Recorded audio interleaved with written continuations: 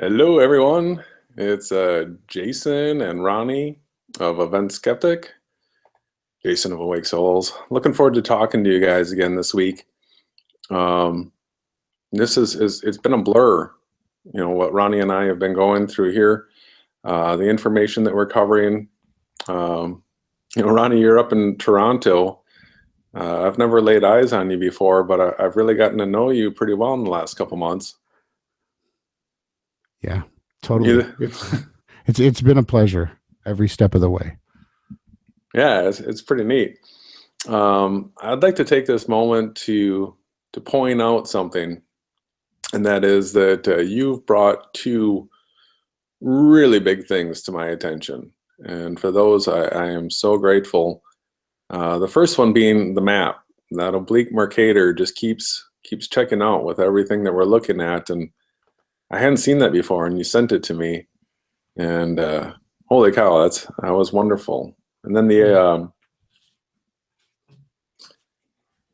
other thing that I really want to thank you for is you you got me looking at apocryphal 1970, Robert Farrell's work, and the extra canonical text research, and that right there is the big find of all. That's probably better than finding what might be the correct map, but opening the door to scriptures that we haven't looked at before. So if you could just say hello, tell us what's been going on this week. And we do have sort of a not so fun topic that we're going to have to bring up. But we'll get it out of the way, and then there is some awesome things that we're going to be looking at this week. It's pretty exciting, and yeah. So what's been going on, Ronnie? Yeah, not much. Well, I guess I'd like to start the show off or the broadcast off by saying that it's been exhilarating, and there's not much I would rather do than source out the reality of where we live and where we're going and how we got here and what we could do to make it better. And there's been like a flood of I guess truth that's been coming out lately, and you've really helped hone my research skills and the community at large, everybody. I believe it's a collection, and we all work kind of together. Yeah, I can see that with Robert's work. He's laid a lot of groundwork there. Yeah, for me, I can personally say that Robert Farrell he's a wonderful man, and I reached out to him quite a few years ago, and like Trey Smith, who we're going to be presenting later, Robert fully opened arms. Love to talk to you, brother. And I think the most amazing thing about him is his humbleness, and I believe that you share the same characters, and I hope the listeners do as well. The humbleness is something that I cherish. Yeah, it's good stuff. But a passion for the truth, and I can see that he's done a lot of study and research. So do you want to just get this out of the way, this stuff that we've been dealing with over the last week or something? Have a sip of water. So I guess you want to talk about the video that was put out from the Sun and Moon group on Facebook, the secret group. Yeah. There's some accusations being made towards us, and so if you look at it, when these accusations come in, I think the typical response is to not go after it and nip it in the bud right away. And I don't want to do the typical response. I actually just want to attack it because I know the position that we're coming from, and so I just want to get it out there for everyone real quick. Do you have the emails? Some stuff that we could go through? Yeah, if you give me 1 second here, okay. So I'll sort of prime the story a little bit. there's a sun and moon group on Facebook that I was approached when I started becoming more vocal, in the last couple months.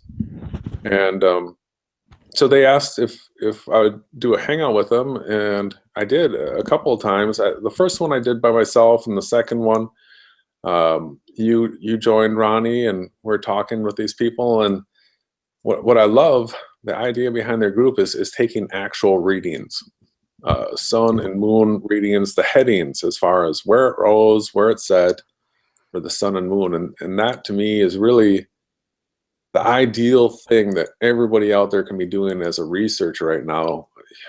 Just take a compass and look and see where the sun and moon are rising and setting at, because if you actually study those and realize what's going on, you're going to come to the conclusion that the popular flat earth model with the sun and moon doing circles, it isn't possible.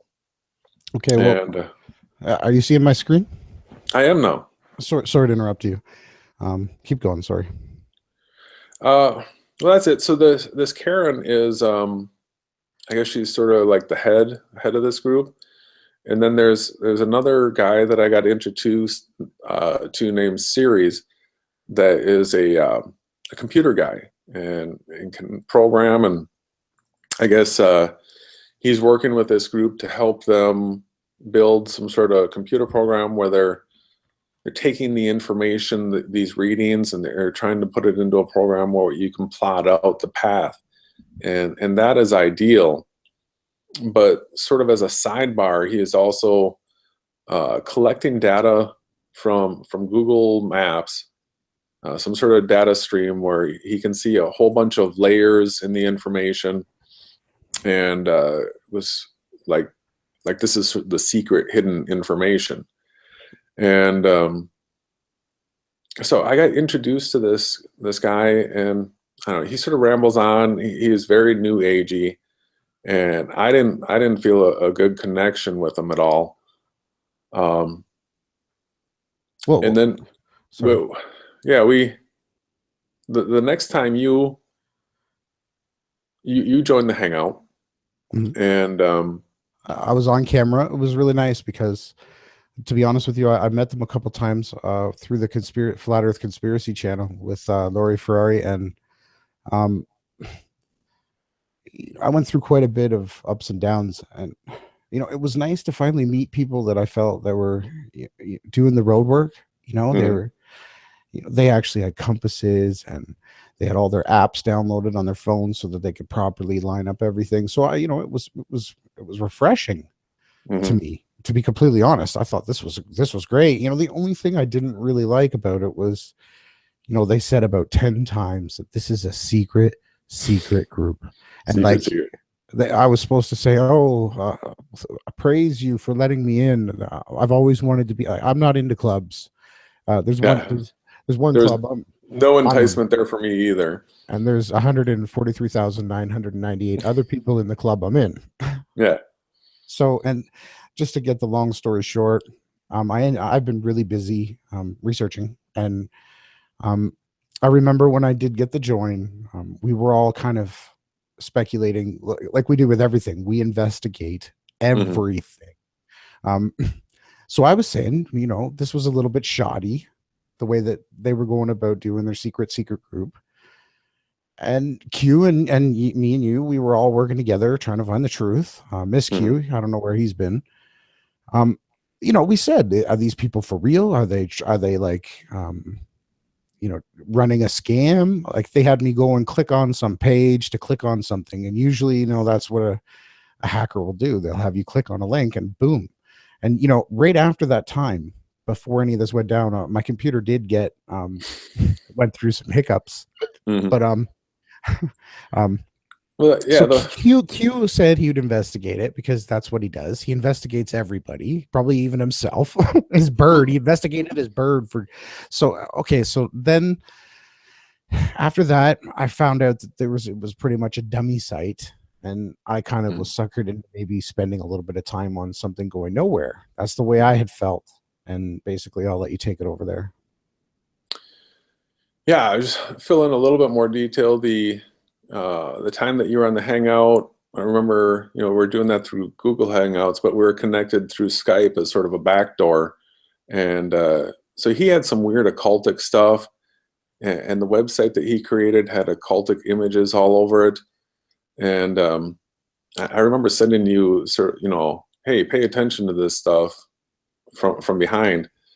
And then after that call, I said something to you about, there's something not right about this guy. I don't trust him. And Yeah, yeah, you said it right away. Q was working with us at the time, and yeah, he fell off. I don't know where he is. Yeah, that's the guy. Yeah, And his bird. right. And so I mean, he's said that he used to be a computer hacker. So I don't know how to do that kind of stuff. So I said, hey, can you take a look at this website to see if it's doing what this series guy says it's doing? And yeah, so he looked at it quickly and said that it's all HTML and that there's no database connected to it whatsoever, and that it was designed with a ton of code to just show a bunch of CGI pictures and wow people with images that have no context. Like, so that was one of the strange things that stood out when I was talking with this Karen. She was showing me these pictures, and they have them posted on their Facebook site. I kept on asking, well, what's that a picture of? What was the angle taken? What is that of? Because I mean, to me, it was nothing.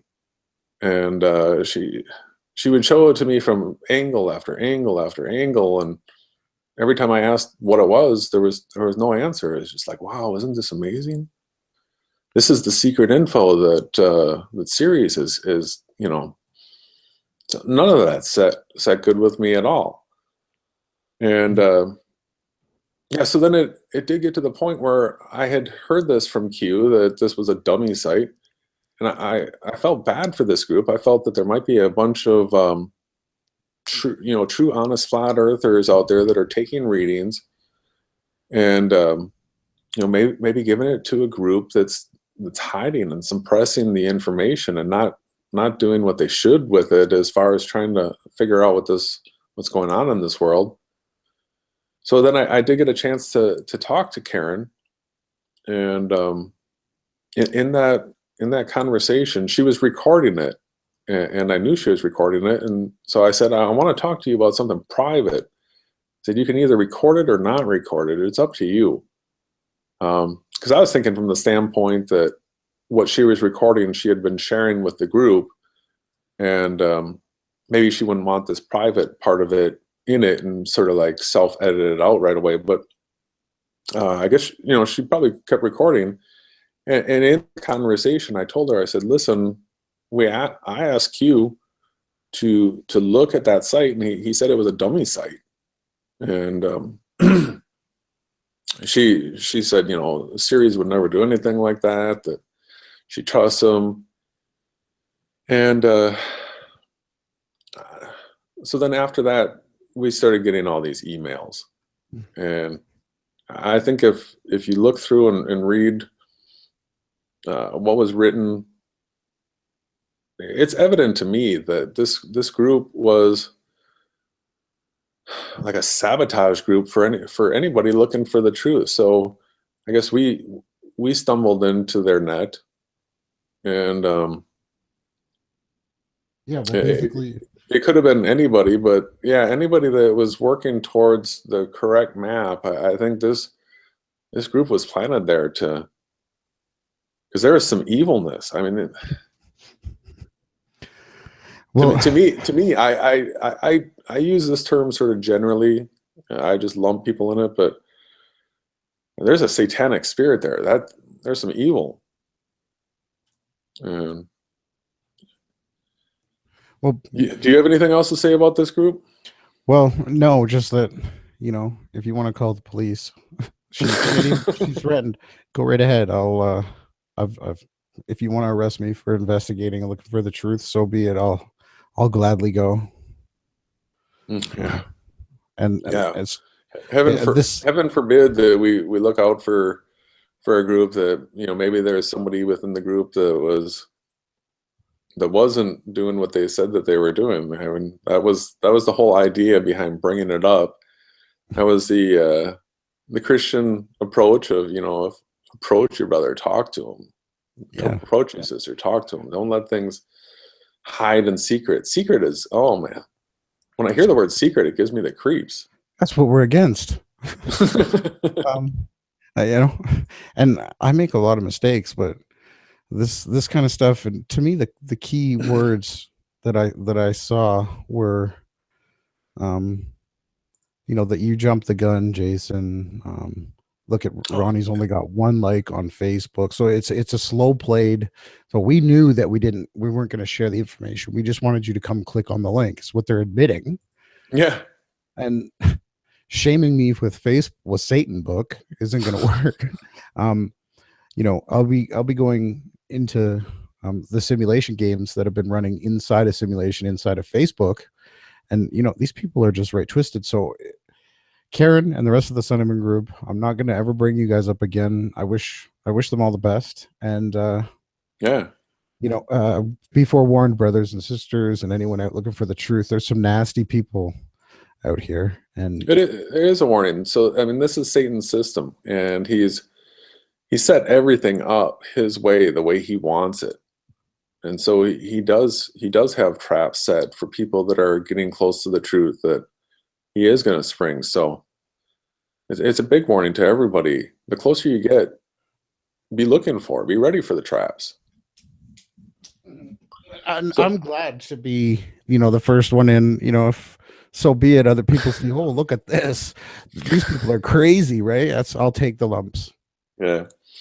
Do you have the treasure map, Tim?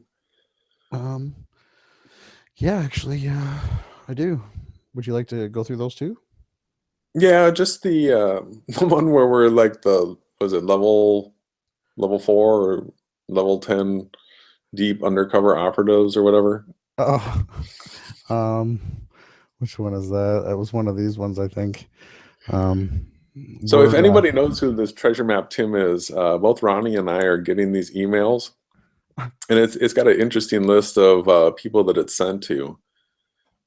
And yeah, this is great. If you could just sort of center this up a little bit, maybe I'll read a little bit of this. Is that good? Yeah. So yeah, let's read this. This is sort of fun. Let's do it.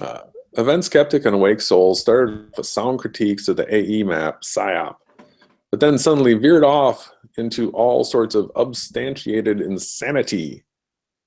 Are we witnessing the slow unfolding of yet another federal operation? And how many sleepers do the feds have embedded within the small flat earth dissident community? Eric DeBay, in my estimation, is level 2 federal gatekeeper set up to gain credibility by exposing the obvious level 1 shills like Steer, Boylan, and Sargent. I suspect we... Sorry, where did it go? I just moved it up. I suspect we may miss it. Sorry. Yeah, we may now be witnessing the launch of an elite level 3 federal co-intel pro OP using Event Skeptic and Awake Souls. We're hearing lots of weird occult conjecture and very little scripture from this duel, which claims to believe in the God of the Bible. Understand, this military industrial complex has trillions of dollars riding upon the continued destabilization of nucleus and flat earth. Deep pockets make unlikely scenarios possible. Listen to them yourself. So there is one criticism within that has a little bit of validation.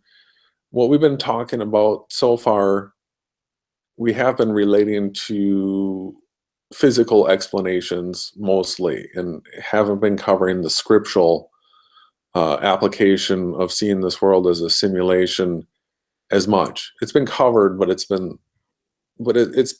I've sort of been doing it intentionally that way so that people can sort of get eased into seeing that there are physical observable evidences.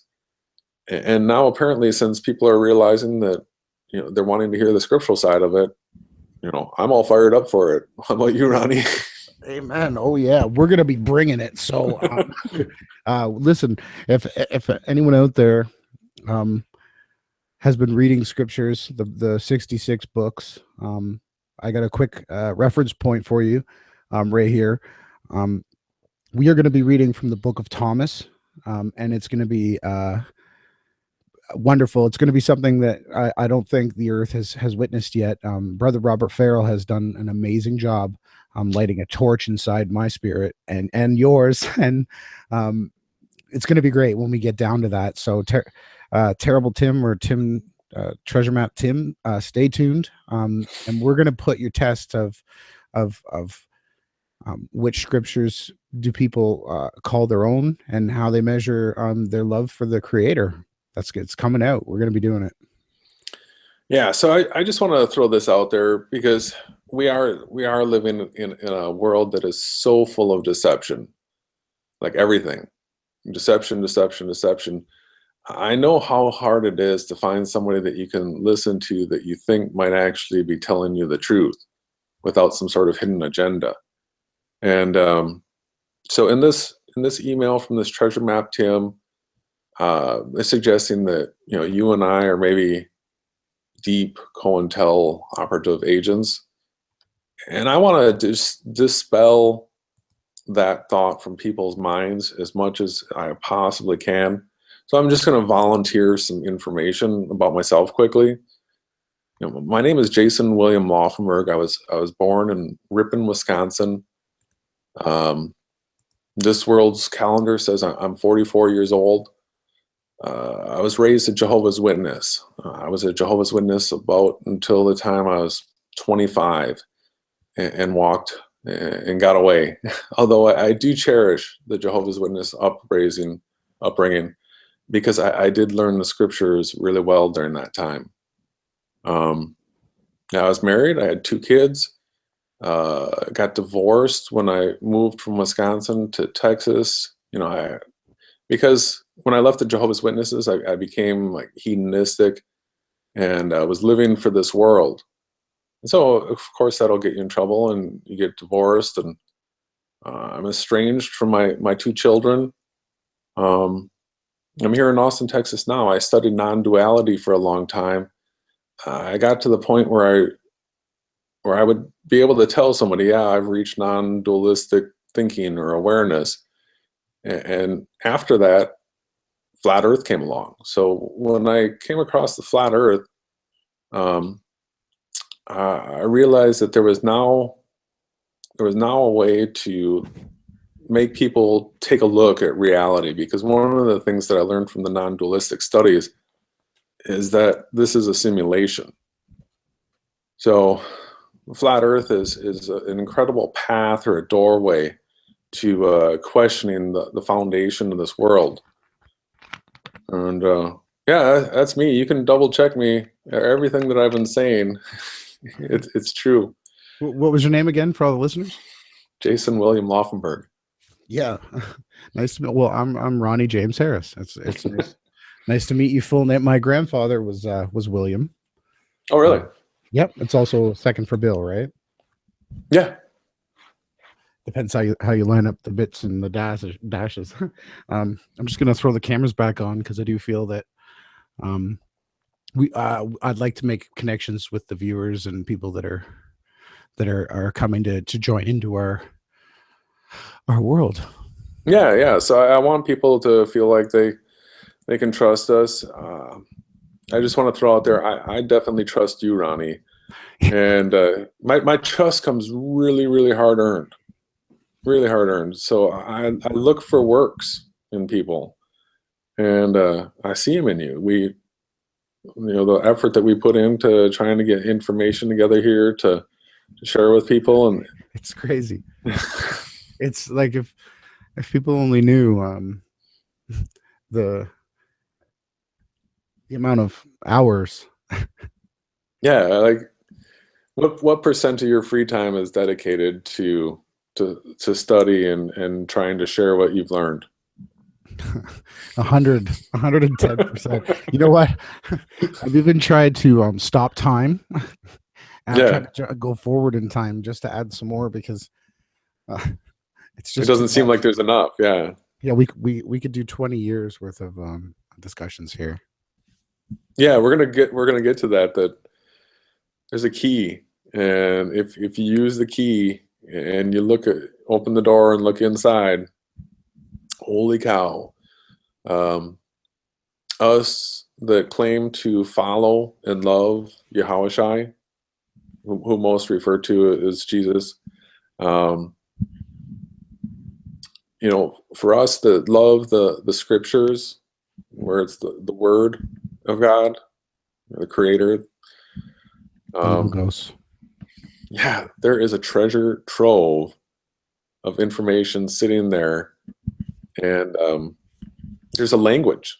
There's a language associated with it that once you understand it, it reveals the hidden meaning. The context all of a sudden comes together, and you can see which scriptures are true and which aren't, because some, if they don't have the language in it, then they're not it. Yeah, well, basically an easy beginner starter point to this would be,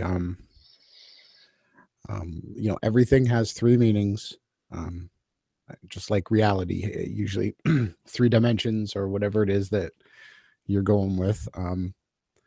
So, in my opinion, this hidden knowledge that we're going to be discussing was like a woman that she had the hidden knowledge in a container, and she was on her way home. But unfortunately, the container wasn't made right, and all of the hidden treasure, poured out. And when she got home, she didn't realize it, and then she had noticed, oh, it poured out. But the good thing was is that um, it landed somewhere that was possible that it could be saved. So, and Mhm. this hidden this hidden knowledge, this scriptural, spiritual, higher level is it's gonna bring the kingdom of heaven to earth. It is. It really is. And that's what it says. That is what it says. It, and with everything that we talk about deception and lies, this is one truth that I'm willing to sacrifice my life, anyone I know's life. I would gladly be crucified upside down, cut in half, boiled. This is beyond flat earth, beyond the theory of everything. The truth is that the spiritual higher level is coming to earth, and be prepared, everyone. Yeah. Well, that is. Yeah. So the highest level. That's what we're going to try to do, is reveal the highest level of truth, and then go back to the beginning, and work our way through all the steps, through all the doorways, the paths, and look at it in the new context, because it's the context that gives things meaning. And that was the point that I brought up from um, point four, non-duality, of last week's show. It's the context that gives things meaning. The individual things, little bits of information here and there, by themselves have no meaning. And we're the interpreter of the information, but context is like a whole new type of vision. It's a paradigm shift, and I like that. and this does it. I like what you say, that paradigm shift. But That's like a do ring. you want to start going through some of the 5 points that we try to cover each week? Sure, I'll pull it up right now. One sec. Sorry, everyone. Just if only we could get that crazy studio. But Hmm. I'm happy with anything. We do the best we can, right? Share. And it was interesting. I wonder. This is for all the video makers and anyone out there with a cell phone. Um, Film the fact that you've woke up to the flat Earth, and publish it to YouTube. And when you publish it, I see a lot of people. You got to share it. It's not going to just find its way to people, right? So there's a site called Stumble On, Facebook, Twitter. just get your voice out there and share it, and let's get involved together. So go ahead. Yeah, I mean, that's really the simplest thing that can be asked of a person, right? If you're going to stand up for the truth, like, say it. And with the technology that we have right now, it's so easy. If you got a smartphone, just do a little selfie shot and say the Earth is flat, And and hit publish, publish. publish, because there's a lot of people out there that look to you and your opinion. Well, you The make a people difference. the people that are watching our show right now are people that probably know that the Earth is flat. It might be questioning whether or not it's doing circles or not. And maybe the idea of simulations, coming in and they're starting to court the idea. You're researchers. You are so far beyond the vast majority of the normal person in this world. You are researchers, and there's people in your lives that know you're researchers. So let them know the conclusions that you've come to. That's one of the things that we're going to be doing tonight. Is Ronnie and I are going to take our positions on like everything that we've looked at, every conspiracy, we're not going to do it all in one show. You're going to see it's going to develop over time, but we're actually going to take our positions and keep them updated so that as information comes in, if our position changes on it, that we'll be able to continue to track and update where we stand on these things. But take a position, take a stand. Jesus, Yahushai, he said he was going to spit out the lukewarm people. Yeah. That there's no fence sitting whatsoever. You're either for him or you're not on his team. That's what the scriptures say. And make every man a liar, but I surely tell you that those are all of truth. All right, so for this, I've got a video. I don't need to play the audio at all, but I'll just screen share this. Okay.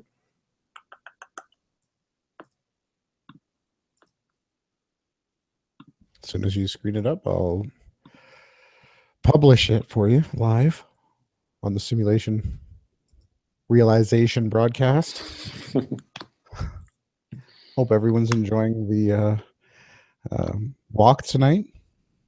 Yeah, walk it's through data. down the path. Yes. Okay. You should be screen sharing. Good to go. You seeing it now? Yep. All right. So this is just a sunset. So you got to really use your eyes, study what you're seeing in reality, pay attention to it. This is what led us believe that we were on a spinning ball for so long. We got taught to not trust our senses, and so the point one that we've been covering is the photographic evidence of the closeness of everything that's taking place. So we've all seen the crepuscular rays, and here you've got them down. Look at that angle right there. You've got them up. Look at how the shadows are coming back up on the back sides of these clouds. In that horizon out there where the sky meets the ground, it is like 3 miles. 3 miles. So let's just let this play. Whoops. There. So I can speed this up. And I just want you to pay attention to the position of the sun. P900 is awesome. You can get into those little cracks in the clouds. You get an idea of, so this is 5 times speed. Look at the angles of the rays as they change here. The sun is coming down, and the clouds weren't cooperating all that much. And what I really wanted to see was the sun just completely in front of these clouds. That's what I'm always hoping to record. But it's sort of, the clouds were coming in, and it felt like I was going to lose it behind the clouds.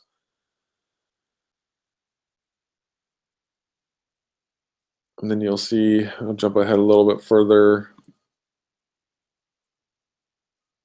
closer and closer to sunset. Now, you gotta keep in mind if the sun is doing circles over the AE map, it's like more than 3,000 miles south of me, and then they say that it's 3,000 miles up. And here's this just little crack right here with the light coming through. Now watch these rays. They're getting higher and higher coming through this crack. And then this is the interesting part. So you see these rays peeking through this crack in the clouds right here, but then if you look back off in the distance, oops. Oh, did I stop the screen share by touching that? That's okay. Just hit the arrow. Which arrow? The green arrow on the upper left. Okay. Okay, I hit it again, and entire screen, and back you go. You're good. Fascinating footage, brother. Fascinating. But it's not the greatest footage. Now, can I move that thing out of the way? No, as soon as I touch it, I'm sorry, everyone. I won't touch it again.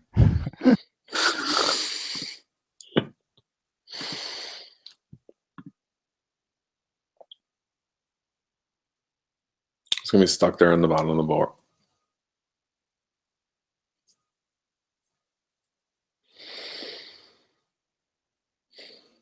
All right, let me try this one more time. Okay, here we go. I'll present you again. And yeah, close that window. No, I just hit it again. This should. No, you got to close the window and look at it yourself. Just hit or go to the. There you go. Boom. Perfect. All right. Sorry, everyone. Oh, you're good.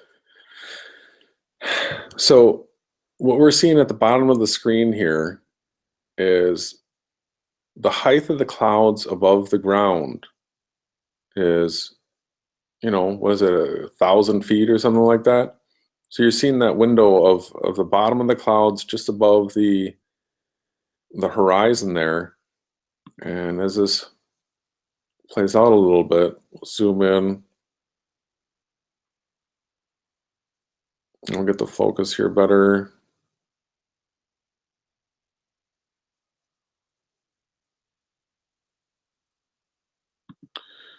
Actually, if you look on the side of the screen here, this is the edge of the sun. This is the gap between the clouds above and the horizon. And this is the side of the sun right here, and then you got some clouds over here. And so it sets right there through that gap like that. And then, the popular flat earthers with their model are saying that that's 3,000 miles south and 3,000 miles up, and all these things, and it's literally just going down right there behind those clouds, and you can see it between the bottom of the clouds and the ground. Look at the way the light's shining up through that upper crack in the clouds. There goes the sun at the horizon right there. That big ball that didn't shrink. It didn't rotate away from you. That's it, like three miles away. And how is that possible? Well, it's only possible if it's a simulation and it's being rendered to you at that distance. And I keep saying that it's like the rainbow. You walk towards it and it keeps a certain distance away from you. You don't catch it. You don't get to the bottom of it. It's rendered to us at that distance. And then that distance is dependent on your altitude. So then the higher you are in altitude, the farther away that is rendered to you and happens. And there it goes. Bye-bye. Yeah. Free Energy did a great job explaining the circle of sight. So basically, everyone has a circle of sight around them that extends 3 miles. So, and when you go up, your circle expands, just like planes from above have a far larger circle of sight because of their altitude. Mm-hmm. Yeah, so that just it's not the greatest footage, but it's something I got recently, and I thought it was neat to see it right there between the bottom of the clouds and the ground, and the way its light is shining up through that crack. Yeah, And to me, it's it sort glorious. of to me it sort of says that popular flat Earth model is not working. Well, Um, and the globe model, it's even more preposterous because they're trying to say that it's 100 miles, 100 million miles away. yeah, And that the footage that you had of the, was it the moon? It was below the horizon, but it was underneath the plane. That was amazing. that is something that Wolfie 6020 he shot that, and but when he looks at it, he sees it totally different than when I look at it. When I look at that picture, I see the moon below the horizon, but then he's got explanations that that's like a fake horizon.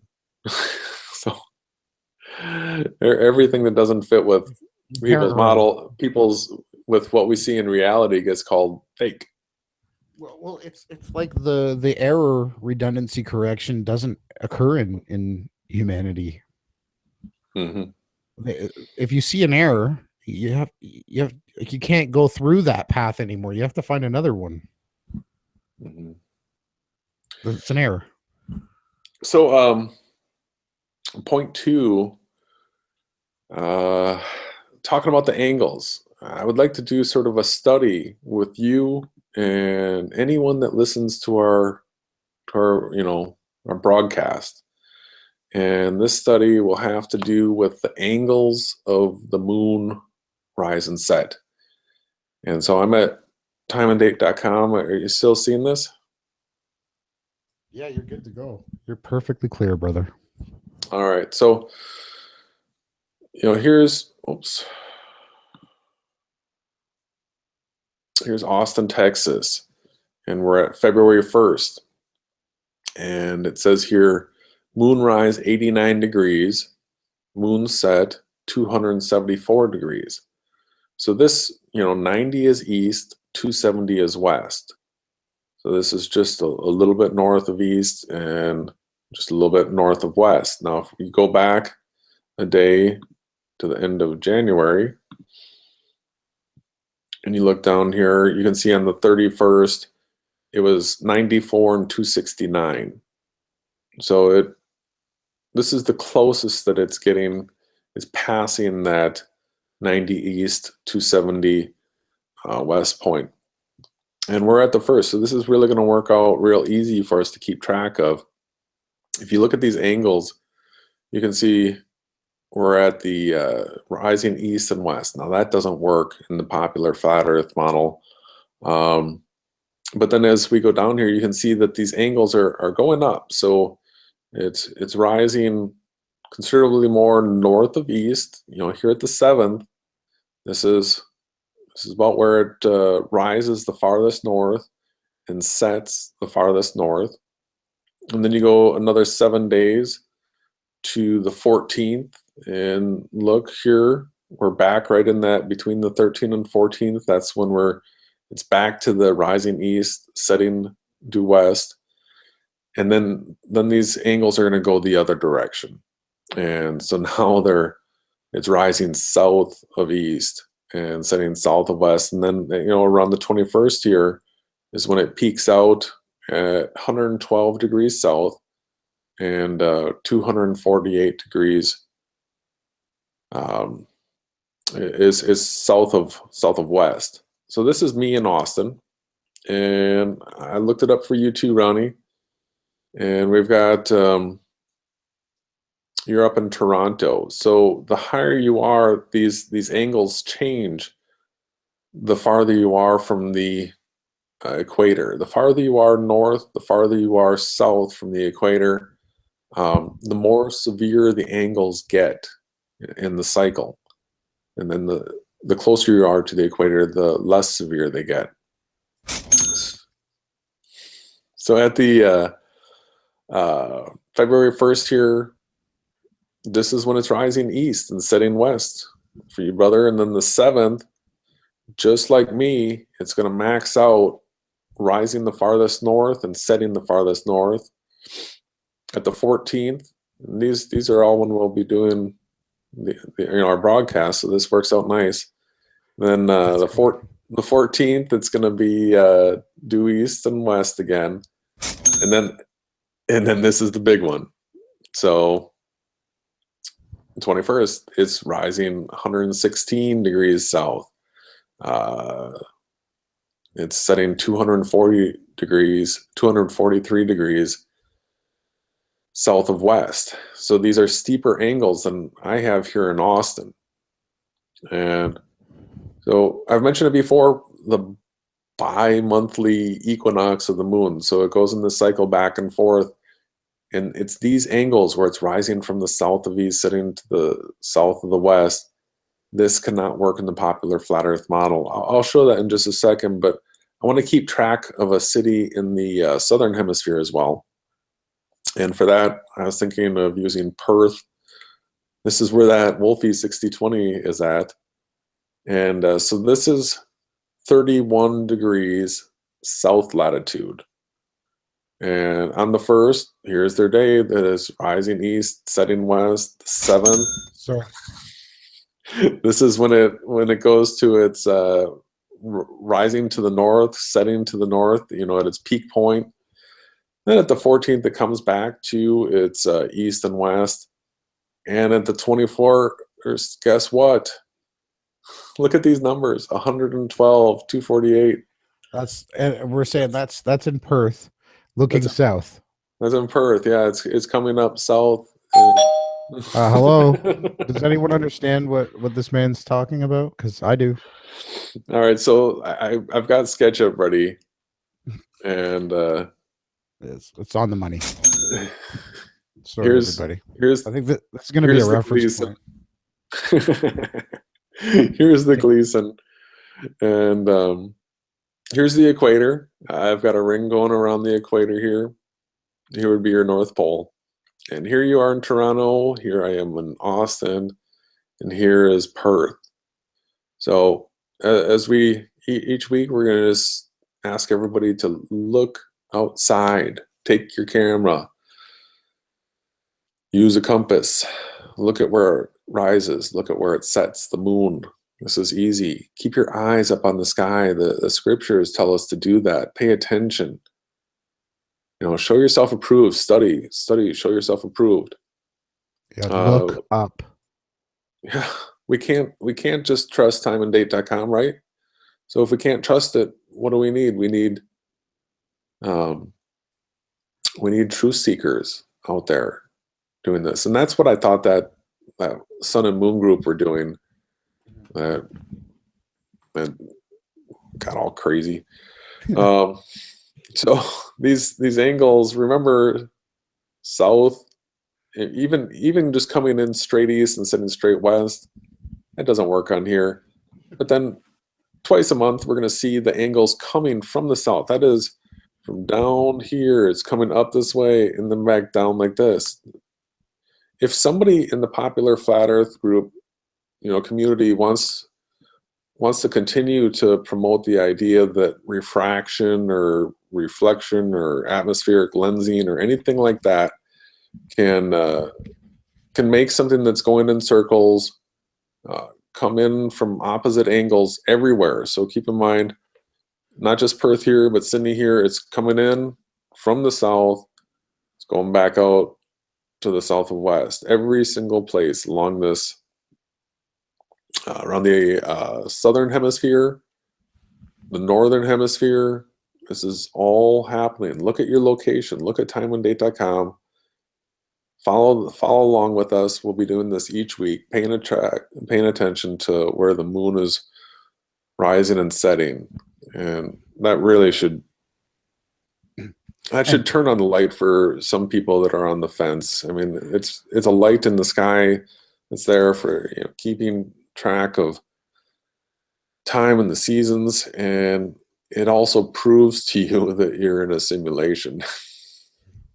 Well, in layman's terms, basically what you're stating and providing evidence for, okay, the sun to be on the AE map that we have before us, Yeah.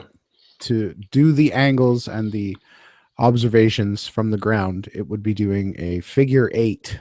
So you would have to double the pole, that center dish, and you'd have to put it exactly um, where Sigma Octantis would be measured, and the sun would be making a figure 8. Now it would be going completely off of this map when it should be overhead. It's going south. So rising, looking north, it's rising south of west. So it's coming. It's doing a opposite 180-degree circle than the proposed flat Earth model could ever remotely produce. Mm-hmm. Yeah, this was neat. It made sense to me at first, but when I started looking at the angles, um, that the sun and moon and all that's happening at, that right away, I guess with my construction background, I realized that it was irrational. It wasn't possible. It couldn't work that way. Yeah, you heard the doorbell. You got to answer it. You got to knock as well, right? So, and I commend you for your SketchUp work, and I was calling out. Lori Ferry was calling out because they observed this as well, and hopefully people don't get stuck up in the paranoia truther wars, and they actually see the truth that Jason's presenting here. It's great. Thanks. Thank you, man. So let's maybe go on to point 3. Okay. And that is Mandela effects. So I believe that Mandela effects are happening. There are those that you see that, the goofy like changes of symbols and people's names and stuff like that. I don't remember the hook in Staples, the staple hook in their logo. I drive a Ford pickup truck and I don't remember the pigtail. And people say, well, you don't remember. Yeah, but these are things that I've noticed. Like, I trust my memory. And then the scriptures are the big thing that bother me the most. Absolutely. And so one of the ones that I heard, a Mandela effect, is that the wineskins have been changed into bottles. Have you heard about this? Yeah. Yes, I have. What do you remember? Uh, that's a pretty easy one for me. I clearly remember it being wineskins, like maybe like camel skin or cattle skin. Wineskins, yeah. Yeah, that's what they did back then. They put the wine into wineskins. Well, because the container itself is flexible, it could move. Whereas the bottle would be rigid and difficult to transport, and we're talking about the desert, right? Oh. So I'm here at Bible Hub, and it's Luke 5:37, and it's interesting if you look at all these different translations here. Most of them say, and no one pour. Here's the New International Version, and no one pours new wine into old wineskins. All right, New Living Translation, and no one puts new wine into old wineskins. English Standard, and no one puts new wine into old wineskins. You get down to the King James Bible, and it says, and no man putteth new wine into old bottles, else the new wine will burst the bottles and be spilled, and the bottles shall perish. So, and the King James outdates all these other Bibles. And it wasn't bottles. And bottles doesn't even make sense. No. They didn't. I don't believe that they worked the glass. They very well could have, but I'm pretty sure the camel skin and other types of animal skin was far more in abundance than glass bottles. Mm-hmm. Yeah, so for me, this is a big thing because it's the ink, the paper and ink. Printed Bibles that have been sitting on shelves, they've changed. And And then there's a lot of evidence of other things changing as well. So it's when you put it all together in context, it tells you that there's got to be some way that what we call material things can be changed. And the way I see that that can be done is in a simulation as like a find replace of an event. So like in a document where you can search for a word, and then you can replace all those instances of that word. Um, Nothing having to do with time travel, but literally just searching through the code, because I think this is a simulation, and doing a find replace. And there seems to be errors in what they call residue as well. Yeah, I'm seeing that too. I'm also seeing gaps and spaces in the scriptures and weird emoticons popping up. Yeah, yeah. That extol Yeshua is pointing out how there's the smiley faces, like the way we use colons and semi semicolons and stuff like that to make the smiley faces that they're popping up in the Bible now. And they weren't there, were they? Well, um, so the next thing is non-duality, and how does that fit in? Well, here is a chart that it's I've been working on this with you. I showed it last week. I'm calling it the direct path to simulation realization, and so I can zoom into this. This is a flow chart, and what here? Let me show a larger view of it and get some context. Um, so we've got a flow here. We've got levels, these red lines. We'll go through these things. The level 2 is all the conspiracies. Level 3, conspiracy within a conspiracy. Level 4 being a complete paradigm shift. So what I want to do for non-duality is, because we're going to be working on this flow chart together, this is where we're going to take all of our positions, we're going to put all of our reference points, and make the direct path to simulation realization as simple and easy as possible. So that all the information is going to be in a flow here where you just, from step to step to step, it'll take you to where we are right now. And can't take you any farther than that, but we can show you where we are and make it as simple as possible so that you see things in the same context that we do. Because the shift to believing that this is a simulation, it is a complete paradigm shift. And one of the things that I think it does is it's a key that unlocks the third dispensation that Thomas talks about. Could you zoom in a bit there, brother? It's not full screen that much on the feed. Yeah, I Thank you. left it big at first to sort of show the overview. We'll start drilling in, and so here we've got data from the five senses, and like I was saying, I'm probably going to add another arrow here in parentheses, and maybe throw in um, the sixth sense, intuition, because I think it's pretty demonstrable that intuition is a sense that exists.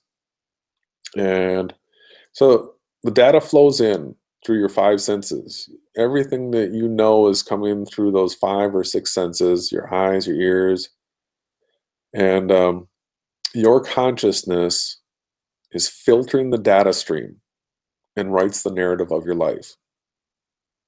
So everything that's coming in, the things that you see, the things that you hear, your consciousness is writing a story based on those things, and it's either making you the hero or it's making you the victim. And it's writing a story. It's just looking at raw data, but it's assembling the context and the narrative. So on this level 1 accepted worldview, we're going to be making some changes here, but really all information comes in through a certain path where our environment, the environmental influences, you're limited to only certain data based on where you were born and what your culture is, and all those types of things. What your parents taught you, what your teachers taught you. So the education, indoctrination, um, you've been given limited information, and it's been done with specific purposes in mind, because keys have been hidden. Our information has been, we've been held back. And so I'm going to back this out just a little bit. And here I've got I've got atheist on one side here. I've got agnostic, religion, and spirituality. And so through our education, indoctrination, you have to make some sort of choice through these categories right here, as far as what you think is happening in reality. And so the atheists, teach that this all happened by chance, and that's going to take you through the evolution and all these different mainstream indoctrinations that we've been taught. The agnostic, they just sort of don't care. They're lukewarm, or they just don't have enough information yet. Religion is a category which is really just another education indoctrination, but it's said that it's looking for a creator or some sort of spirit entity. But then there's just spirituality, and that is knowing that there's something beyond just the physical. That there's spirits or non-physical, non-material things that exist that are just as real. So the radical material reductionist, it denies anything that they can't see or touch or measure. But there's things like love, where love exists. You can't see it physically with your eyes. You can't touch it. So you know that non-physical things exist. So if you go through the spirituality path, you end up in Christianity. And the reason why, so I'm sort of laying the stage for this. One of the other factors that all this information flows through is duality, which is, it's like a core program that we've been programmed with, to believe in duality when it's not true. But so all of our information, when you're programmed on that root core level to believe in duality, to believe in causality, that so everything that you're looking at in your life after that is all built on a false premise. So as far as non-duality, it fits here. Duality and non-duality fit right in the space. I'll add it in and figure out how to make the flow go. But my path doesn't involve the duality path. I see that as a mistake. And it's really just another one of Satan's magic illusion tricks. And once you've seen how all the NASA footage of the ISS and stuff like that, it's all yo-yos and toys and stuff. They're always doing some sort of like corny illusionist trick, and that's what we're falling for. And really, at the core of duality is just another one of those illusions or tricks that we'll get into it and flesh that out. So you got something to say, brother?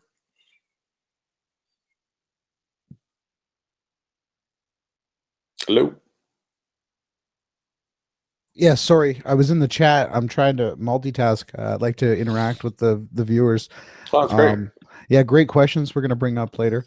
Yeah, no, I'm really enjoying this. So basically, just to recap here, this flowchart is firewalls that separate us from the truth, and we're going to go on a journey, and we're going to show people each step of the way, and we're going to reference how we got here and why, and we're not going to have anything secret. And it's just wonderful what you're doing here. It's great. I'm looking forward to every chance that we get to share this and expound on this more. Yeah, so let's see. Last point is the map that we've been working with.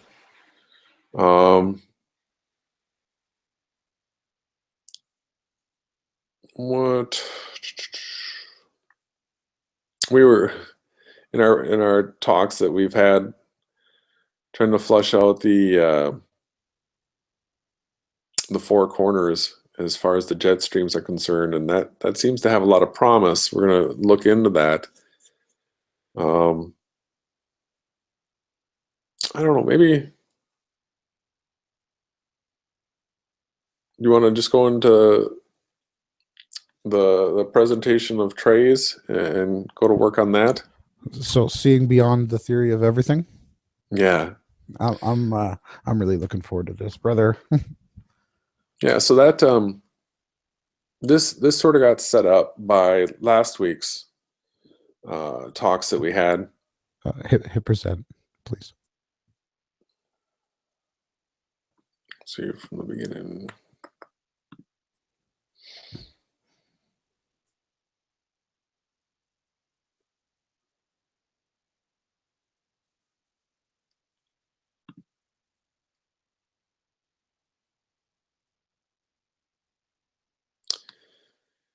Yeah, so we're going to be covering some of his material and doing it under fair use. Yeah, this is for educational purposes. Does this have audio to it? It will when you get to the video slide. Here, let me unplug this mic and I'm going to go to laptop. You hear me still? Oh yeah, I'm clear. All right.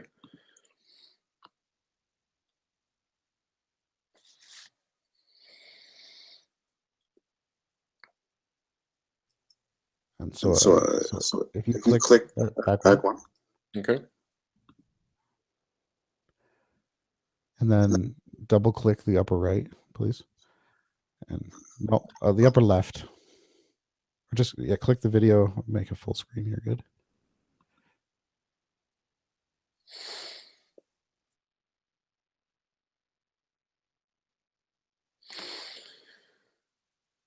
all right. I've got a spinning wheel. Hopefully I have the bandwidth for this. It'll be okay. Maybe just hit pause and then start it again. So every piece of everything here is not just playing little notes. It's playing little specific notes. So let's brass tacks this out. What's behind the veil of this present illusion? The other side of the place where reality becomes. It's fascinating. Before Jesus Christ left, he said, "In my Father's house there are many mansions. If it were not so, I would have told you." Eyes beyond the particles of this present illusion. A woman came up to me recently and she said, "I had a dream, and in my dream the voice of the Lord, Yahweh, came to me, and he said, for men of science who seek even the tip of the finger of who I am, I have but two words. intrinsic energy. But you can call me Dad if you like. Actual particles upon which all of this sits, the paradox in every single piece of this place, everything. It's not just that time and space dissolve into paradox. That's the wrong way to look at it. It's from paradox that time and space actually become. So this is the nucleus of my atom with a cloud of superposition of possibilities. All right. So you there? Yep, I'm here. Okay. So this is what we're going to be doing is going through this material and putting our commentary, our positions on stuff. And I just want to point out to everybody that as soon as I see atoms and atomic theory, that this atomism to me is a path that isn't true. So what I start to apply my filter on this type of material right away. But that doesn't mean that what they're saying isn't true. I just start looking at it in a little bit different context. Well said. It basically gets trapped in the firewall. Right. All right. So I'll keep it going here. Let me know if you need me to stop. Okay. If you feel it, you can stop it as well. All around it, an ocean of little intelligent dots, the three-dimensional pixels of this place. A program. Three-dimensional pixels of this place, huh? That's correct, sir. Could you just hit the volume maybe one notch, please? Up or down? To the sky, please. All right. How far do you want me to go before stopping, or just stop whenever I want? Or when you have feel the need to expound, or Okay. Sounds good. Let me know if you want me to stop. Writing in the material world, reality on its finest scale can appear like a majesty of little waves, vibrations of notes. But that can be deceptive, because if one were to dive a little bit deeper, it's actually made of little bitty dots. In layman's terms, it's digital. It is not analog. Okay, so Trey just went through all of the atomic, subatomic levels of quantum mechanics, and he came back to us with the truth that he found was that basically everything is made up of digital coding of pixels and dots, and not material. He's stating that it's digital. I just wanted to remind everyone there. Yeah, it's incredible. All right. Everything here in this place is actually quantized, the very frame fabric of the entire place. That's the term quantum mechanics. It's all in little bitty digital dots appearing out of seemingly thin space, doing it so fast that it creates the illusion of something solid, like this microphone here, to make up the fabric of the material world. All of it, the entire construct, the majesty which is even the finest little bitty pieces of the biology of this material world. Here's my ongoing music sheet of reality, and here is my particle. Was Max Planck the actual father of quantum physics, who discovered Planck time, that time moves at 10 to the negative 43 seconds. This is not just the particle vibrating up and down or oscillating back and forth. This is literally the particle actually being the notes. This is what they mean when they say that the particle has no locality, that time and space dissolve at that point. It's literally. So everyone that's following along, he has programmed into his computer two things that he just showed. The first simulation that he showed was called the simulation of life.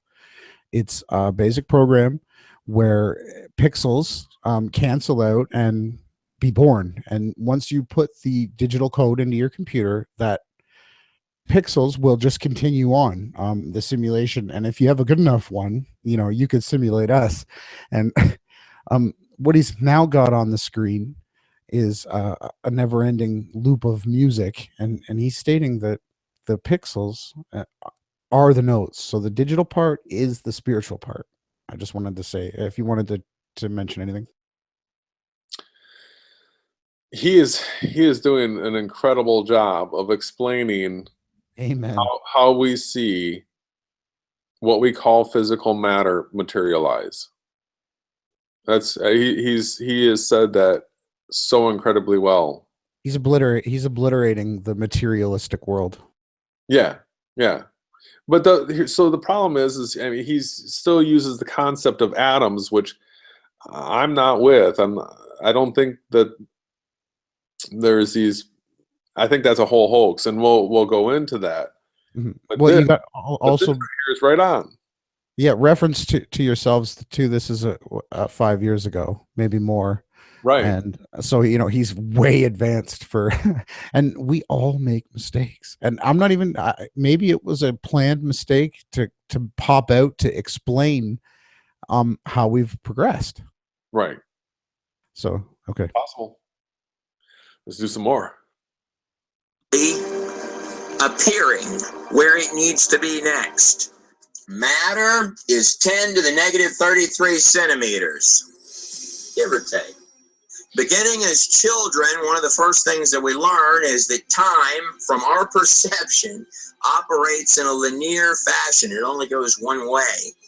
One could almost think that time and the particle pixels of reality itself were actually connected. Imagine that you're watching a parade, and here come the drummers and the other instrumentalists, and you're watching it one frame at a time from the ground. Just like the particles of this place that seem to be appearing and generated as we go along, so also is time, correct? So time is passing. One drummer person, one person stepping by at a time. So this is the beginning of an event, and this is the ending of an event. In fact, this could represent someone's entire lifetime. And imagine that you came up from above the parade, outside the construct of the entire universe. So you were outside time in a helicopter above the parade. And you could see the starting area, the staging area, watch the parade come around the buildings, and actually see where it ends, all simultaneously. But you and I are not outside of the construct. In fact, we're dead inside of it. Pause. You are never. So for me, when Trey just said you're dead inside of it, I want to say that I've been born again. When I realized that the reality is a simulation, you could say that with that and the Book of Thomas, I feel my spirit has been born to a higher level of existence, and I want to share that with the whole world.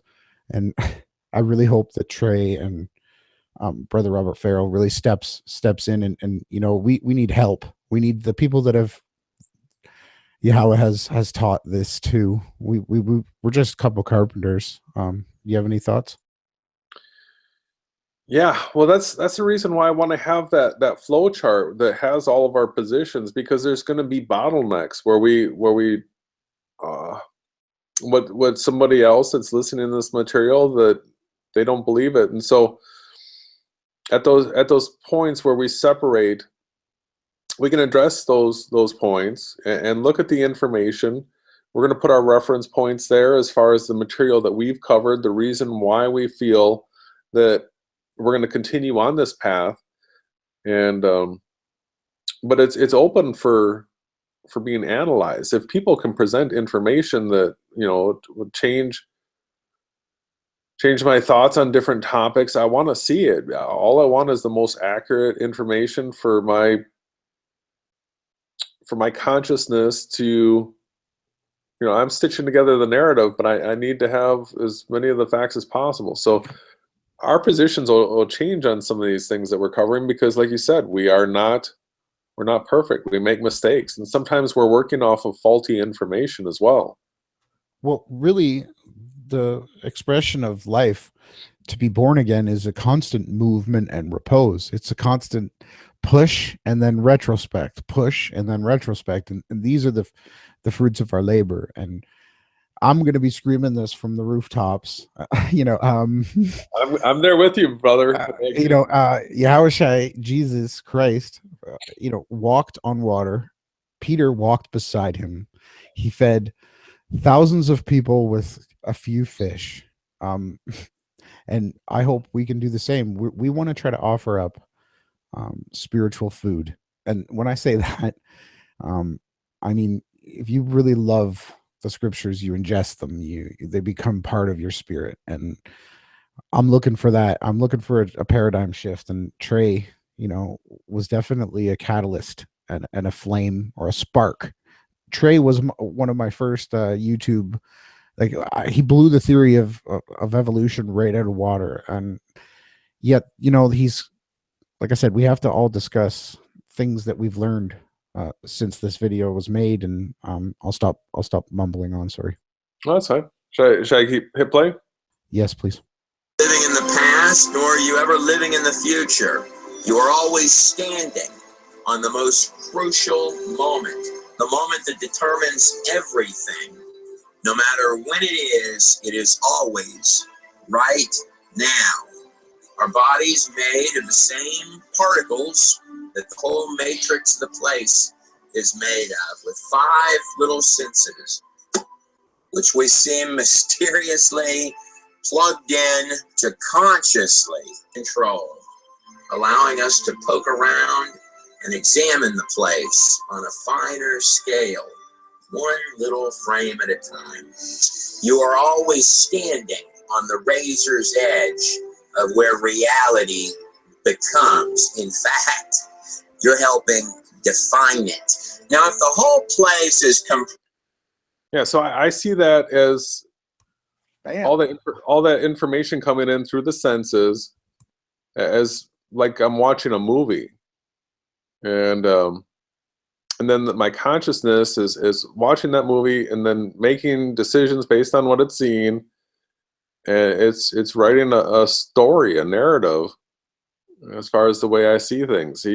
What he said about the instant of now, people really need to realize where that instant of now is, because most people's minds are either processing things that they think might happen in the future, or they're processing on things that have happened in the past, but they're not using their processor for the moment that things are actually being materialized, and that is now. Yes, and the evilness and the darkness of this world preys upon that. Yeah, keeping you all caught up and comprised of little particle pixel guys in every square inch, almost like a precise data live stream, that are not random and are appearing, trillions of them, creating even the tip of this pen precisely wherever they need to appear next, moving at a rate of 10 to the negative 43 seconds, creating in sheer unbelievable mass this thing that we call reality. But whatever's going on here is by no means a human hard drive. Little precision particle pixels in a pure live stream. And of course, as the final touch, construct is interactive. Like intelligent smart parts within the construct, as if not only fed by a source, but also each one being interactive, which would indeed cause the particles to behave in the intelligent yet strange Pause. ways Pause it. we do. So I just wanted to quickly point out here, everything that your conscious is aware of is a live stream. It's interactive, and it's inside of a simulation. And we're all made up of light. And basically, what I wish you would say is that your thoughts become your reality. So everybody, think positive things. Think the kingdom of heaven. These are things that I rest upon.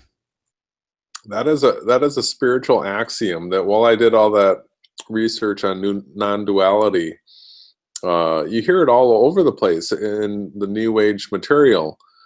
So anybody that's looked at the Eastern religions and all the meditation, all that kind of stuff,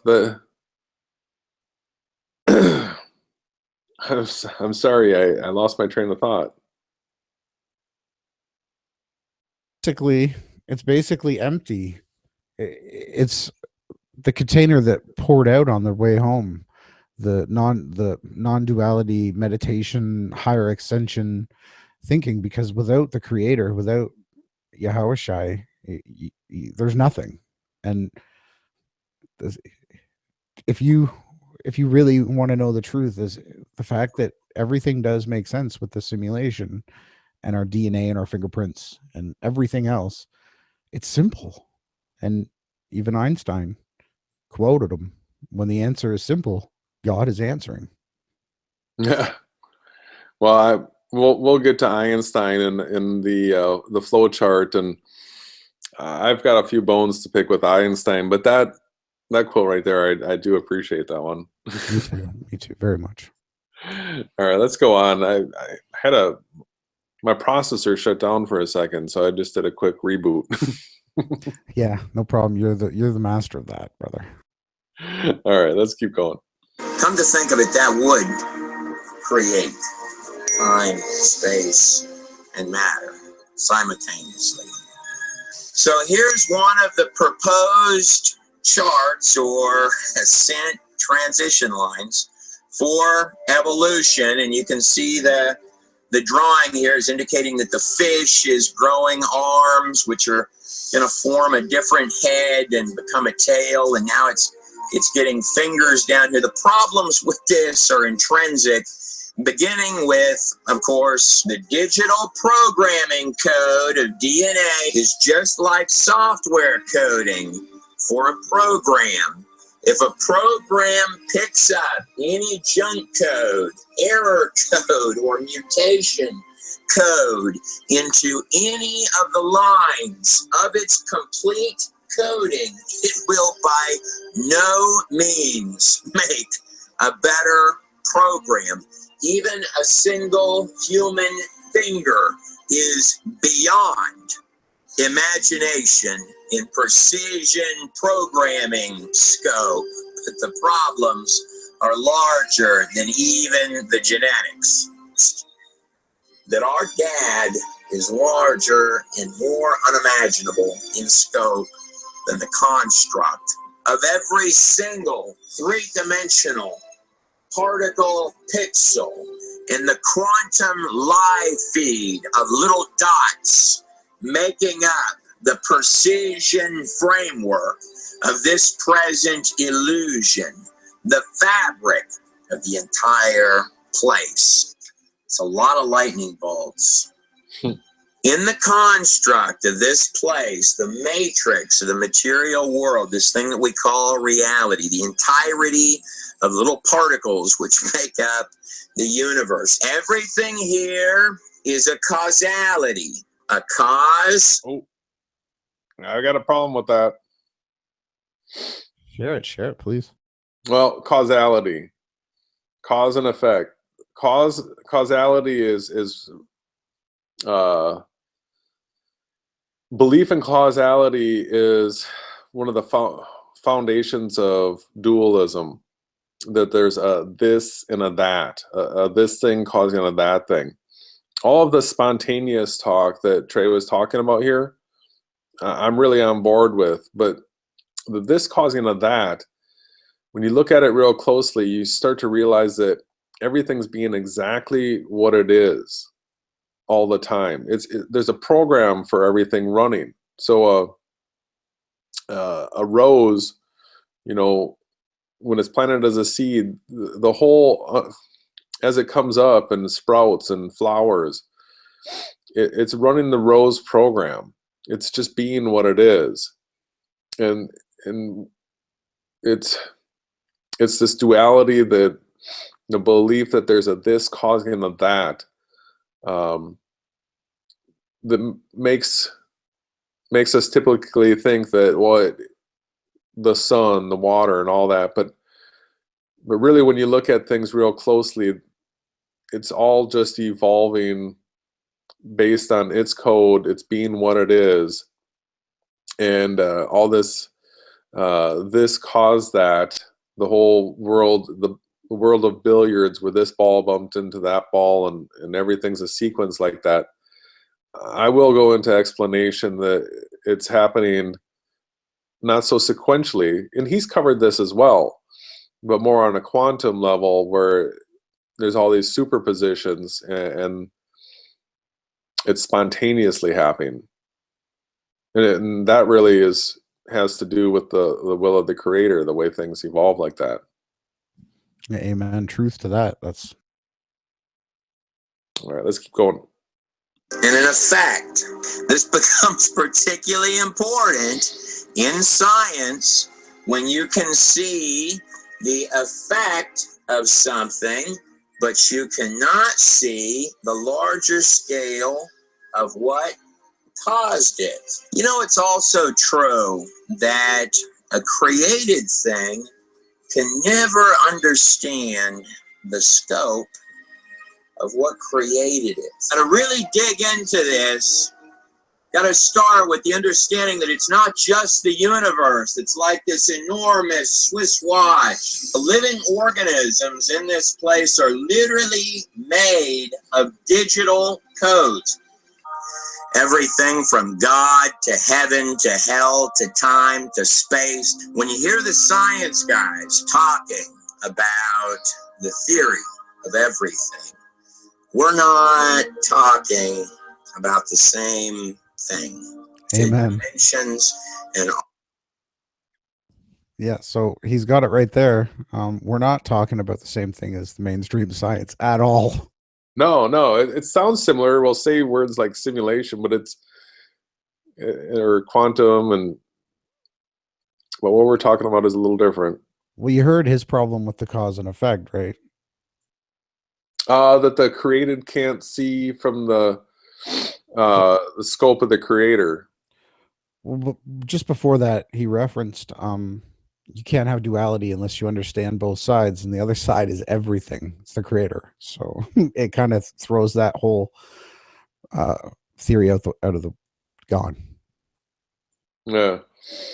What is it's interesting too that man was created in the creator's image. So I understand what he's saying, that the created can't see the scope. Yeah, I don't agree with him on the fact that the created being could never understand, because not only will we understand, but we're going to shut it out, because that's what our Savior told us to do, and we will do. There's no other way around it. And I hope that Trey can, you know how even the most elect could be deceived, and because of this, I feel the quickening is taking place. Mm-hmm. Mm-hmm. Well, let's keep going. He's got some great stuff. Yes, please.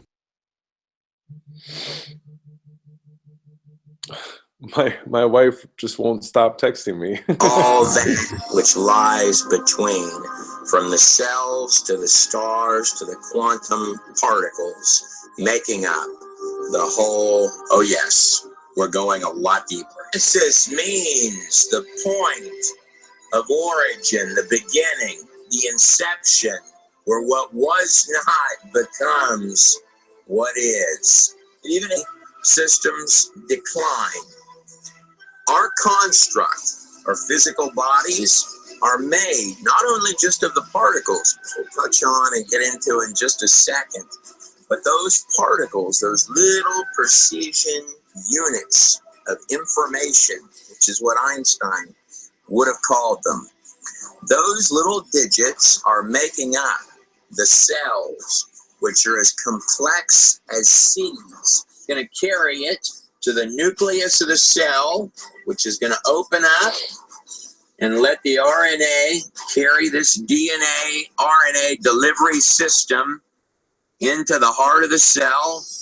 Have you ever noticed that sometimes to understand the larger scope of something, you've got to actually go surgical for a minute. Get your hands right in the mix. Pay attention to its smallest parts for just a minute. Here, imagine winning the lottery every single day, not missing once. For the next 10,000 years, you would still be nowhere close to that number. You know, the odds of one single cell, just one little cell guy, are 10 to the 39,970 to 1. Pause. Give or take. Now, So, you understand that number, right? That's big. The cosmological constant. So, this is another huge reference point for me when taking my direct path to simulation theory, because no matter how you dice it, slice it, observe it, measure it, it's beyond materialistic for us to exist. Therefore, it has to be a simulated creation. Yeah. I got to wrap my head around that for a little bit. So, well, the math, okay, the simulation that was needed to correctly put all the bits and dots and dashes in place came back with 10 to the 3,997. Yeah, it's amazing. So I mean, Well, and the scale of the processing is just out of this world. well, and I guess there's only 10 to the power of 52 observable particles or bits of information.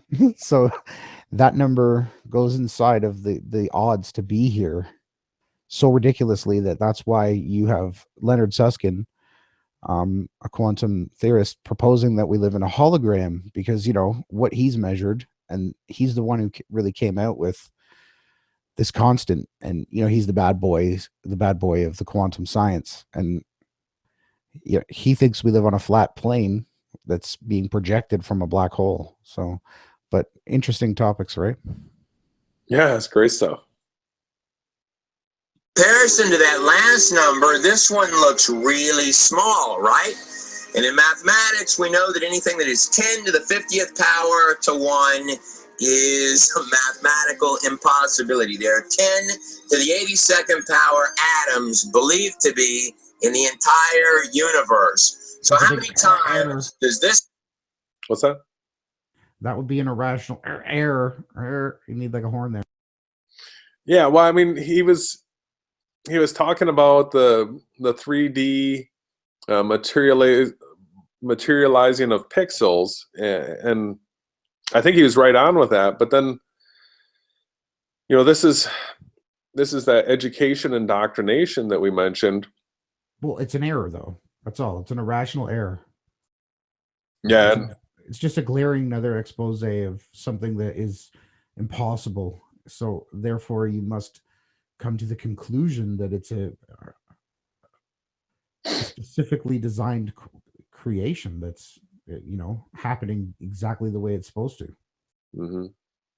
Yeah, anything that you get to that's irrational, you can just pitch that. It was a lie that you were taught. Yeah. So let's keep going.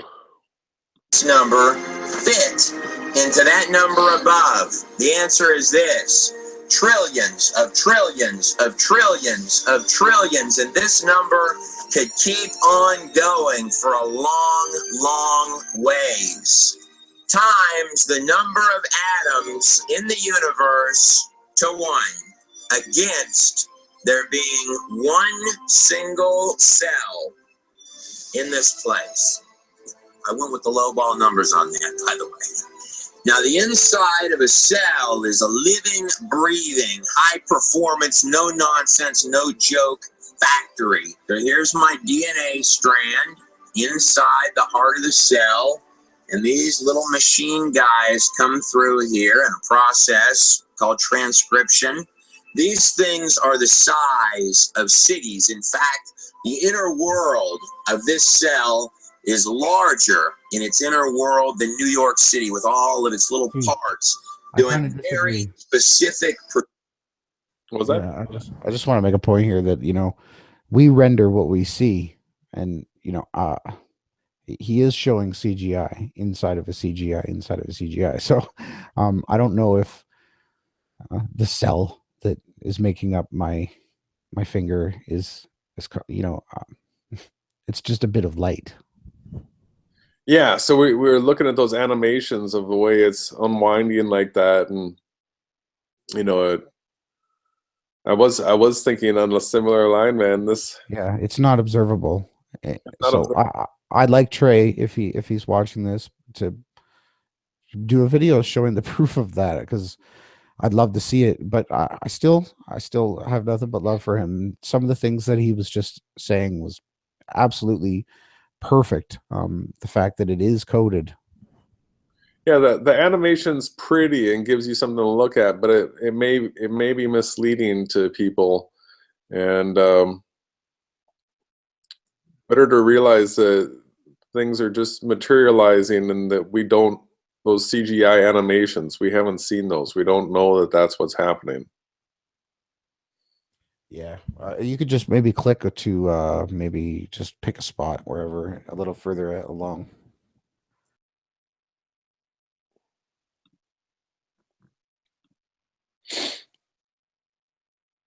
Yeah, it'll just buffer.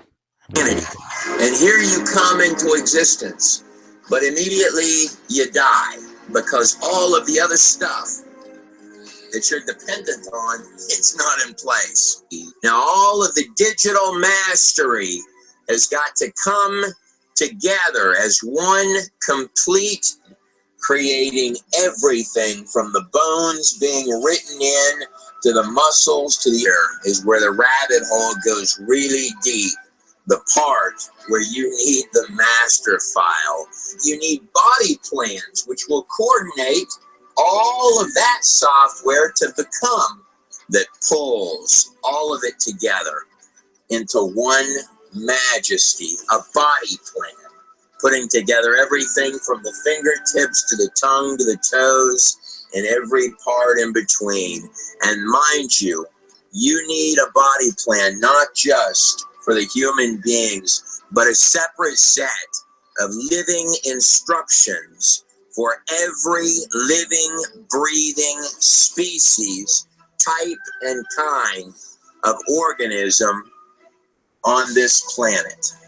All right, so I just got to say something here.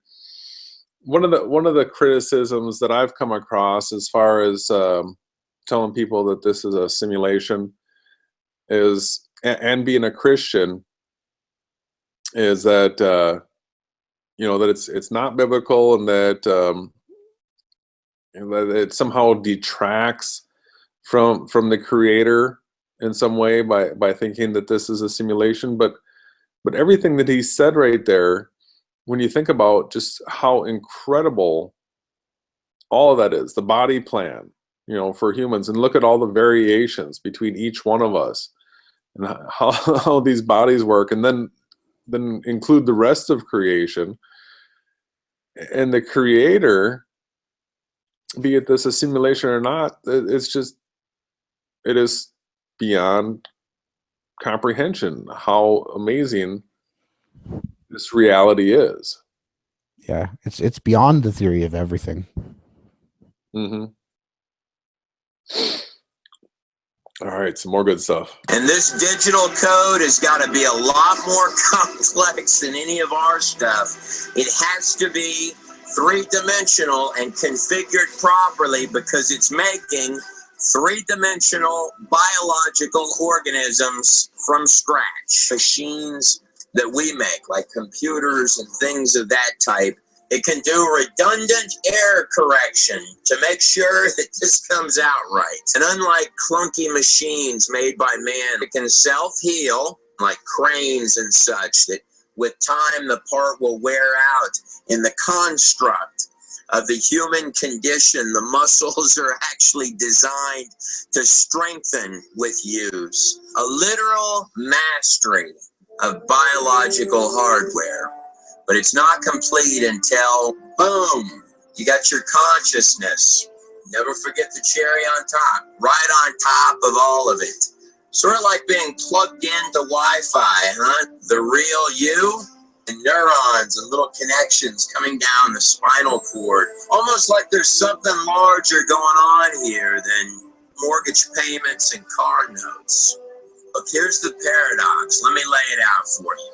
You can see the hyper-intensified order all inside, every little detail. So I just want to point out that these symbols that represent atoms, he was talking about light and data and digital information, which is different than these, but we've been taught to correlate the two. Yeah, I agree. Like I said, it's great that I can filter through, because that's what happens. Everything is a mixture of good and bad and light and dark, and you got to let the light, that's the truth of it, shine through, or you'll never come to the realization. So, but I agree with you. These diagrams, I've never seen a spinning like atom. Have you? No, haven't seen an atom. Yeah. Like or an electron, with the positive and the negative spinning. And well, and then so we can in our discussions get into a lot of the big medical deceptions and stuff like that, because there's other YouTubers that I've come across that have exposed that like the whole electron microscope might be just as much of a hoax as the ISS. I mean, they might have electron microscopes, but or the big telescopes of this world that, they're just making CGI pictures and presenting to you these fake images and telling you that it is something that it's not, and keeping you in the dark. Yeah, this is just flash, but it's the words that he's using along with the flash that you have to, it's like seeing the truth in the darkness. That's all. Mm-hmm. Valid point. Do you want me to just keep playing here, or? Yeah, you could skip ahead. Sure. It was just a quick collection to share with people on some of the realizations that I had retrospectively with, understanding that we live in a simulation. Well, I am realizing, brother, that the amount of material that we have to cover, we could easily be doing, 10 hours every day. I wish I could slow down time so that I could squeeze more into these. Let's keep going through this, but let's try to keep this around 2 hours. Okay, just jump ahead if you want. Okay. And the other thing is too, you could trim it as well after, but it's okay. Just keep it going. We'll shut it. How long has it been? We're at about an hour 50 now. Okay, well, why don't you go back to the slides? Thanks, Trey, for being a part of this broadcast. Blessings. I hope the Spirit's poured out upon you, and you can continue to help wake people up to the truth. Thanks, man. We'll go back to the slides. It's he did a great job. Yeah, well,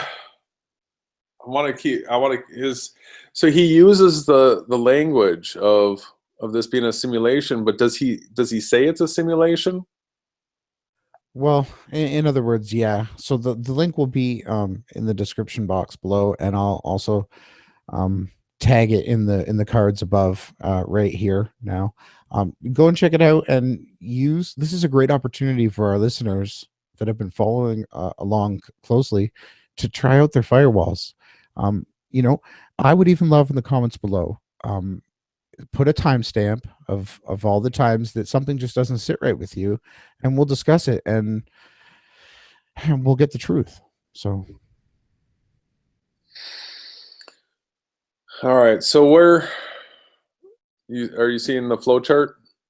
yep, bright and clear. All right. So I just want to do a quick walk through this path here. And so I covered this top part. When you come over here, I've got the first one, the globe earth. And let me make that bigger so you can see it.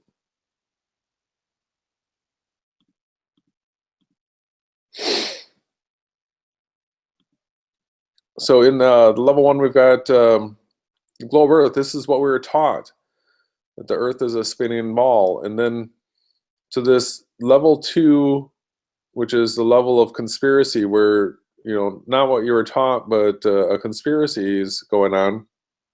We've got flat earth.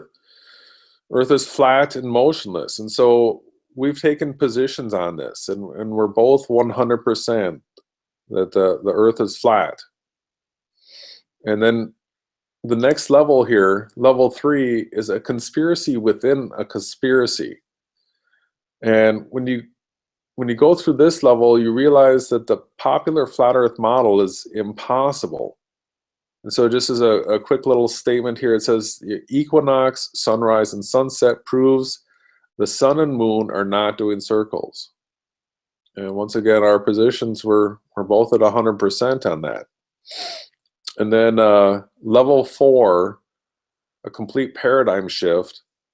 Go back here to simulated world. And a working map model is the only model that explains all of the motions and mechanics of the simulation. So I feel 98% sure that this is a simulated world, and you said you're about 95%, right, Ronnie?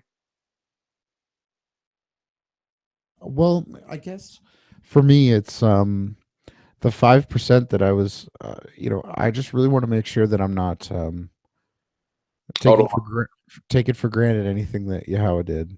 Yeah, just being out of line. Like, you don't want to, and that's why I'm not 100%, but everything that I'm seeing is pointing to me this. Well, okay, you know what? I'm going to do this live. I am now 98%. All right. If you want to change that for me, I'd love it. Thank you very much. So this is how this is going to work. We're going to, as we cover stuff, we can make changes live like this, and let me just show people what some of these other topics are. We're going to be filling these all in, and so all the conspiracies at level 2. What I'm so excited about is covering this path right here. We'll get started next week, but so the 66 books only of the canon, the Bible, that's like the big accepted path. But then the conspiracy, the level 2, is that acceptance of all inspired scripture. And I just thank you. I have there are many scriptures that are inspired by Yahweh the Creator that have been hidden and are now available for investigation. And so that's what we're going to be doing, is diving into that, and both of us are at 100% on that. So yeah, for sure. Covering those scriptures could easily take us, the next 100 years of our lives, right? No, it's actually quite simple. Sorry, I have to disagree with you there. All right, I can't wait to hear it. No, I think it's simple. Yeah. Well, I mean, there's going to be so much to cover. It's going to be crazy. Yeah, the hardest part is just doing it, right? Getting like I don't. Robert Farrell was reading them about. We're going to be going through the Book of Thomas, right? That's. Yeah. I can't wait. Yeah, I can't wait either. And then so these other topics, creation, 9/11, chemtrails, dinosaurs are not ancient, the Mandela effect, atomism, and then we'll keep filling these out, and we'll get all of our positions on here. And then the big thing is that we'll put reference point like hyperlinks here so that our position, the reason why we believe what we believe, we'll have documented with links to the information that we've covered in that. So this is going to stitch everything that we're doing together so that people can see an overall farther reaching context. And the exciting thing is from looking at the scriptures from this being a simulation, they really do take new life. And not that we're making stuff up. There's a hidden language that's revealed, and the neat thing is Robert's already seen that language. He understands it, and so his material is incredible. Yeah, praise him, but blessings to him, and also blessings to everyone in the chat. I really hope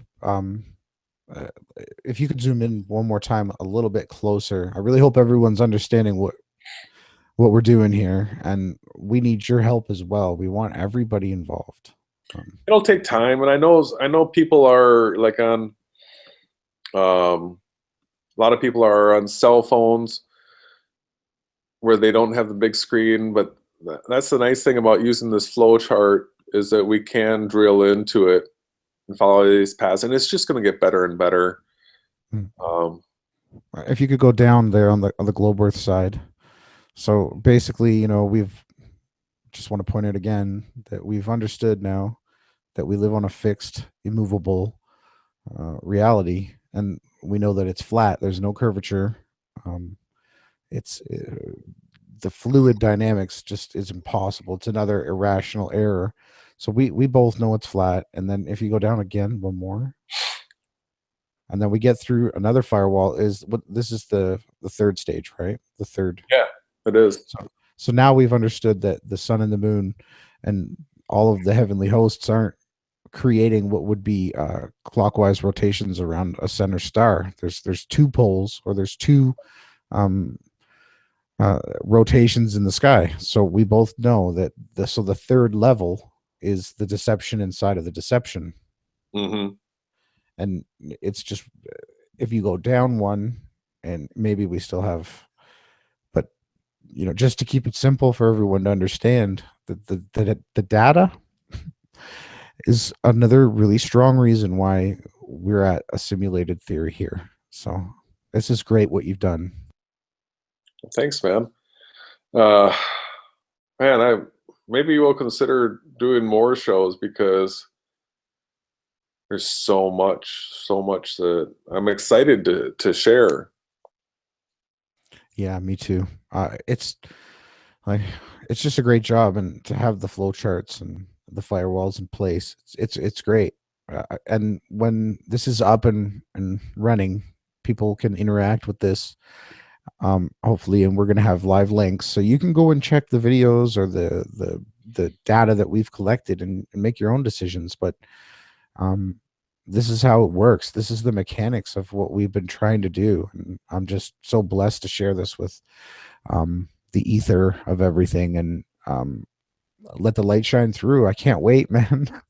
Well, yeah, and one of the things that we talked about is getting to the point where we can take live calls, answer people's questions, and by use of this chart, if somebody differs with us as far as the conclusions that we've come to, we can pinpoint it, and then hopefully we'll have reference points. Or if we don't, when we cover it and maybe make another video, we'll have a reference point there. So yeah, well, solidify and become stronger and stronger. Yeah, that reference point is going to become like the doorbell, right?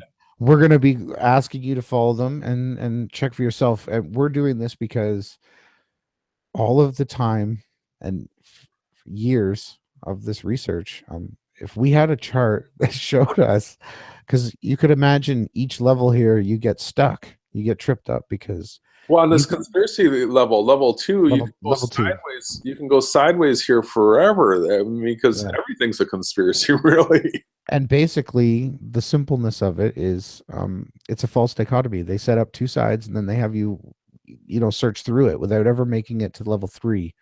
Yep. And um, I also wanted to, before we end the show, I do want to interact a bit with the chat because I'm really gracious and thankful that they showed up. Blue Blood Guitar and Enslaved by the Media and Jamie Bell, blessings, blessings to you, and Richard Clark. And so basically, Jason, one of the questions was um, Blue Blood Guitar. He says, what about dreams? They had nothing to do with anything. Have you ever dreamed that it was just totally off topic, had nothing to do with you? I'm not a big dreamer. They're very few and far between. Yeah, for me, I don't have much to add on the topic of dreams because I don't experience them much. Yeah. Well, I would say they always have a reference to something that's going on, and it's usually Yahweh's way to talk to us. I also have a good comment here. That people are filming stuff with their P900s. This is great. We definitely want to be involved. I say to everyone, man, if you've got something in your life like a gun or something that you're not using regularly, why don't you sell it and get a P900? Yeah, shoot that. It'll get you looking up at the sky. It'll get you paying attention, and you have to take that first step, and then the creator can bless that. Then he can show you something. Mhm. It didn't take long of filming the sunsets before all of a sudden I was filming planes, or planes Praying them away. what looks like a plane, but going through the sun. So ask and you will receive, but you have to take the step. You have to go do it. Yeah, I totally agree. And to Blue Blood Guitar again, he asks, do you guys think we're recycled back into the simulation? This is like another 20-hour episode. So I do believe that there are only X amount of people like rendering truth and reality. And I do believe there's a lot of basically bystanders, or I don't know how we would term that, but I do believe that there's some sort of transcendence that takes place. I'm not going to speak for Jason, but that's just my take. Yeah, when we get to topics like reincarnation and stuff like that, I don't have. I'm not going to be at 100% on them. I've covered a bunch of material that has got me leaning certain directions, but it's all speculation. It seems likely to me that we've probably been in, that we've played this game before, that we've been manifest before. It's a hunch, but I don't know for sure. Yeah, it's we're still trying to learn, right? Yeah. I'm just gonna unpresent you. I've turned my camera on, which trying to get better with. For me, it's never been about me or how I look or what kind of car I have. In life, it's always been basically what touched me spiritually. How did I feel? It's never been about having my big muscles or I've always been thinking of the spiritual. You've got a lot of humility, brother. So no, I'm just like humility won't even let you admit that you have humility. no, I'm just dust. That's it, man. Just like you. We're just I'm trying to be born again in heaven though, and I'm trying to bring everybody, and I guess it's not for everyone, but I'm thankful that we're getting our message out and we're doing this, and I hope everyone's blessed by it. Yeah, so next week we'll dive into the Gospel of Thomas, and which unlocks the rest of like the extra canonical texts, Yeah. so I don't even know where to go from there, but I'll put a link to the scripturaltruth.com PDF for Robert Farrell, and if anyone's so inclined, please go and read it. He's done a great job. all right, brother. Till we do this again, hopefully very soon. Only on Beyond Flat Earth.